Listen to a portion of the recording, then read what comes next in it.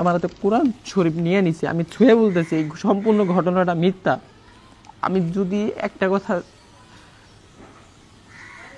আমি যদি আপনাদের সামনে একটা কথা মিথ্যা বলে থাকি, আল্লাহ আমাকে যেন নাস্তিক বানায় দেয়। আসসালামু আলাইকুম দেশবাসী, আপনারা আমার একটা ভিডিও দেখেছেন, যে ভিডিওটাতে আমাদেরকে ধরে নিয়ে গেছিল, আমাকে আটকায় রাখছিল। তো ওই ভিডিওটাতে অনেকে ক্যাপশন দিচ্ছে ডাকাতি করতে গেছি, চুরি করতে গেছি। আমার মানে বিষয়টা আমি একটু ক্লিয়ার করতে চাই।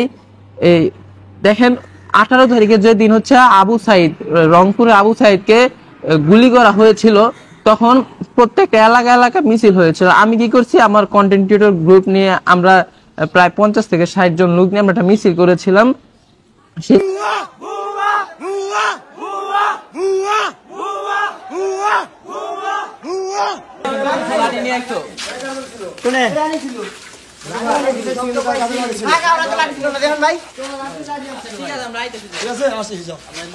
ভিডিও করো কি লিখা কি হইছে ভিডিও কইব কি লিখা কি কারণে ভিডিও হইব কি কারণে না ভাই ভিডিও করতেছি কে যাও যাও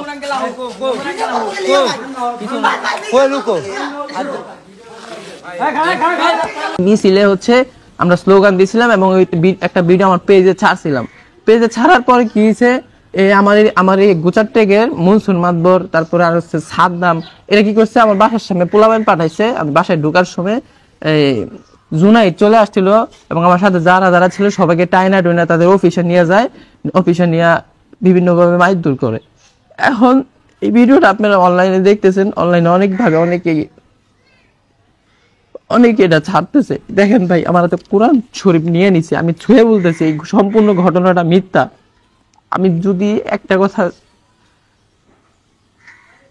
আমি যদি আপনাদের সামনে একটা কথা মিথ্যা বলে থাকি, আল্লাহ আমাকে যেন নাস্তিক বানায় দেয়। আমি মুসলমান হয়ে বলতেছি, কোরআন শরীফটা আমার হাতে। আমি ওই মিছিলে বলছিলাম যে তুমি কি রাজাকার, এজন্য আওয়ামী লীগের নেতা এখানে তার নামে কয়েকটা মামলা হয়েছে, সে এখন এলাকা প্রকাশ্যে ঘুরতেছে। তার নাম হচ্ছে মনসুর মাতবর, তারপর হচ্ছে আরেকজন কে যেন ওই সাদ্দাম, আর অনেকেই ছিল, আমি সবাইকে চিনি না। তো এ হচ্ছে বিষয় ভাই, আমাদেরকে এভাবে তারা ধরে নিয়ে এখন উল্টাপাল্টা ভিডিওগুলো ছাড়তেছে। আর আমার তো হেটার্সের অভাব নাই, তারা এগুলা দেখতেছেন। ভাই দেখেন, পিছনে ঘটনা না জেনে কি একটা ক্যাপশন দেখি একজনকে মানহানি আপনারা করতে পারেন না। এই বিষয়ে আমরা পরবর্তীতে একটা মামলা করেছি, ও এ তো শেষ হয় নাই। আমার এখানে একটা অফিস আছে, সে অফিসটা পর্যন্ত তারা ভাঙচুর করছে। সে এই বিষয়ে মামলা নিছিল আশুলিয়া থানা এসআই অপূর্ব, সে তদন্ত করছে। সে এখন বদলি হয়ে অন্য একজন এসআই এর কাছে সেই মামলাটা আছে।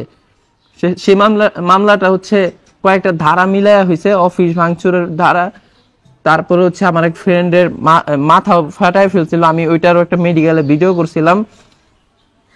ওইটা 325-এর একটা মামলা হয়েছে।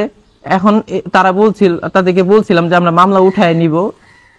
ওরা আমাকে বিভিন্ন হুমকি দিত যে মামলা না উঠাইলে ভিডিও গুলা আর কি ছেড়ে দিবে না। আমরা মামলাটা উঠাচ্ছি না, আর মামলাটা উঠাইলে এলাকায় থাকাটা অনেক কষ্ট হয়ে যেত। এখন যেহেতু আওয়ামী লীগ ক্ষমতা না, এখন আর আমাদের সমস্যা হচ্ছে না। যদি আওয়ামী লীগ ক্ষমতা থাকতো, বিশ্বাস করেন ভাই, আমি যেখানে বাড়ি করছি আমার বাড়ির একটা ইটও থাকতো না। তারা এত বড় মানে এই 5 তারিখে যে আমি গ্রামে ছিলাম, 5 তারিখে বাড়িতে ছিলাম, তো 5 তারিখে বাই পেলে তো অনেক ইয়ে হয়েছে, অনেক মারামারি হয়েছে। এর মধ্যে তারাও জড়িত, কিন্তু তারা এখন তাদের নামে মামলাও হয়েছে, কিন্তু তারা প্রকাশ্যে ঘুরতেছে, তাদেরকে কেউ কিছু বলছে না। আর আমি ভিডিও ছাড়তে, ভিডিওর প্রতি একটা, আমি আজকে শুক্রবার, না হলে আমি একটা কোর্টে যেতাম, মামলা করতাম। জুনায়েদ কিছু বলো।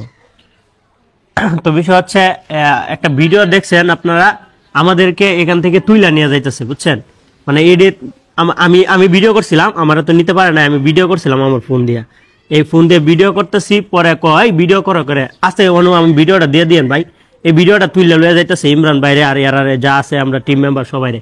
আমার নিতে পারে নাই, আমার হাতে মোবাইলটা ছিল, আমি আড়ালে আরেকজনের সাথে কথা বলে চলে আসছি। তো এইটাই প্রমাণ যে এরা নিয়ে যাইতেছে। দেখেন ভিডিওটা, তাহলে বুঝতে পারবেন আপনারা। আর দয়া করে আমি এখনো বলতেছি, আমি এই ধরনের কোনো কিছু করি নাই। মানে এই ধরনের আমি কোনো কাজ করি নাই ভাই। আমার কি টাকার অভাব, আমি ডাকাতি করতে যাব? আর এই ঘটনাটা তার এই ধরনের ক্যাপশনে তারা ওইখানে আমাদেরকে এক ধরনের জিম্মি রেখে ভিডিওগুলো বানাইছে। আমি অলরেডি অনেকের কাছে বিষয়টা জানাইছি, অনেক এই এলাকার কয়েকজন বিএনপি নেতা যারা তাদেরকেও জানাইছি, তারা এই বিষয়ে কোনো কথা বলে নাই, তারা আগায় নাই। তো ভিডিওটা ছেড়েছে, আমরা এই বিষয়ে আবার একটা মামলা করতেছি। তো সবাইকে ধন্যবাদ, ভালো থাকবেন।